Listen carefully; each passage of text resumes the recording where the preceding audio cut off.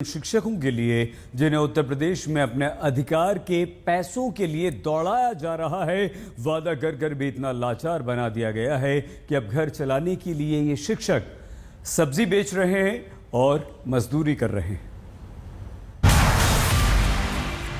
नाम राशिद अंसारी, नौकरी उत्तर प्रदेश में हरदोई के सरकारी स्कूल में अनुदेशक की।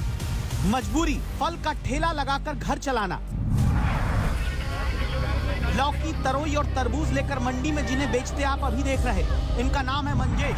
नौकरी ये भी उत्तर प्रदेश के हरदोई में सरकारी स्कूल में अनुदेशक के तौर पर करते हैं, लेकिन मजबूरी ऐसी कि सब्जी बेचकर ही अपना घर चला पाते हैं। तीसरी तस्वीर देखिए, नाम नवल किशोर, काम उत्तर प्रदेश के ललितपुर में सरकारी स्कूल में अनुदेशक।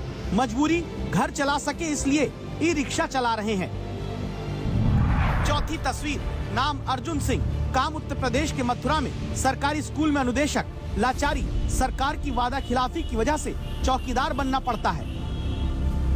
और अब पांचवी तस्वीर, नाम संजय कुमार, काम उत्तर प्रदेश में बाराबंकी के सरकारी स्कूल में अनुदेशक। मजबूरी सरकारी विश्वासघात के बाद मजदूरी करके घर चलाने की। उत्तर प्रदेश के जिन लोगों को आप अपनी टीवी स्क्रीन पर अभी देख रहे, इन्हीं के भरोसे प्रदेश के शिक्षा मंत्री इस बात को गर्व से कहते हैं कि शिक्षक और छात्र का अनुपात सरकारी स्कूलों में बेहतर है। इन्हीं शिक्षकों के भरोसे उत्तर प्रदेश में शिक्षा विभाग के निदेशक से लेकर बाकी अधिकारी जाकर वाहवाही बटोराते हैं। इन्हीं शिक्षकों के दम पर यूपी में शिक्षा को नंबर 1 बताने की होड़ मंत्री और अधिकारी करते हैं, लेकिन जिन्हें शिक्षक का काम देकर पैसा भी टीचर लायक देने में सरकार वादा खिलाफी करती हो, सब्जी बेचने, ई रिक्शा चलाने, चौकीदारी कराने, मजदूरी कराने के लिए मजबूर करती हो, तो जरूरी है कि दस्तक दी जाए।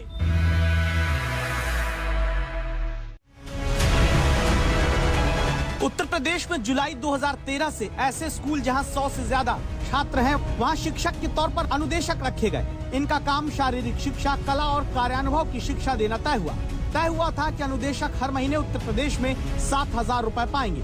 फिर 2016 में इनका मानदेय बढ़ाकर 8,470 रुपए होता है। फिर 2017 के चुनाव में वादा करके सरकार बनती है तो 17,000 रुपए हर महीने इन्हें देने का फैसला आता है, लेकिन फिर इन्हें 17,000 रुपए सरकार ने नहीं दिए। 2019 में लखनऊ और इलाहाबाद हाई कोर्ट ने भी 17,000 रुपए महीना देने का निर्देश दिया। दावा है कि हर महीने 17,000 रुपए देने की जगह अनुदेशकों को जो पहले बढ़ाकर 9 महीने 13,230 रुपए दिए, उसे भी रिकवर कर लिया। फिर चुनाव से ठीक पहले 2022 में ऐलान करने के बाद अप्रैल 2022 से अनुदेशकों को 9,000 रुपए महीना देना शुरू हुआ। दिसंबर 2022 में हाई कोर्ट की डबल बेंच ने कहा कि 2017-18 एक साल तो कम से कम इन्हें 17,000 रुपए हर महीने की दर से दे दो। मार्च 2023 में सरकार अनुदेशकों को पैसा देने की जगह सुप्रीम कोर्ट चली गई। नतीजा, जिन हजारों लोगों को शिक्षक के तौर पर बच्चों को पढ़ाना चाहिए, वो दावा है कि स्कूल में ड्यूटी के बाद खाली वक्त और छुट्टी में सब्जी बेचकर मजदूरी करके घर चला रहे। 9,000 रुपए में आखिर कोई घर कैसे चलाएगा? यही आलम यूपी के बाराबंकी जिले में भिलावल गांव में रहने वाले अनुदेशक संजय कुमार का है, जिन्होंने शिक्षा तो ग्रहण की, बच्चों को शिक्षा तो दी, लेकिन आज मजबूर हैं कम तनख्वाह के चलते हाथ में फव्वाड़ा लेकर एक घर में मजदूरी करने को। अरे सर, चल नहीं पा रहा है, लेकिन किस तरह से जीवन यापन किसी तरह चल रहे हैं, किसी तरह से काम चल रहा है। बहुत तकलीफ होती है सर, लेकिन अब क्या करें। हम लोग पढ़ाई तो की थी, हमने BCom, MCom, BPEd और MPEd, MA योगा, हमने इतना मतलब डिग्री ले रखी है, लेकिन अब ये 9,000 की नौकरी में, लेकिन अब सर किसी तरह से जीवन यापन नहीं हो पा रहा सर। संवाददाता समर्थ को ऐसे एक नहीं कई शिक्षक मिलते हैं, जैसे ये है महिला अनुदेशक रजनीश।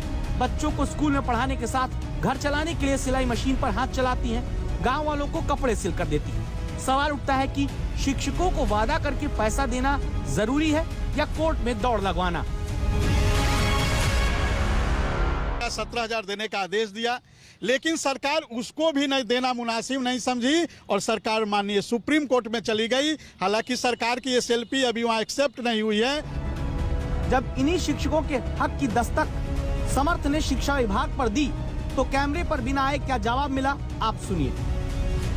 विभाग द्वारा ये बताया गया, या यूं कहें कि पल्ला झाड़ा गया और कहा गया कि क्योंकि मामला अभी सुप्रीम कोर्ट में विचाराधीन है, इसलिए कोई भी एक्शन तब तक नहीं लिया जा सकता है और सुप्रीम कोर्ट जैसा भी आदेश करेगा बेसिक शिक्षा विभाग उसका अनुपालन करेगा। नई शिक्षा नीति देश में आ गई, लेकिन तब क्या खेल, कला, कौशल सिखाने वाले अनुदेशकों को यूं हक के पैसे के लिए लाचार करके नई शिक्षा नीति चलेगी? समर्थ श्रीवास्तव, लखनऊ, आज तक। एक बहुत बेइज्जती देखते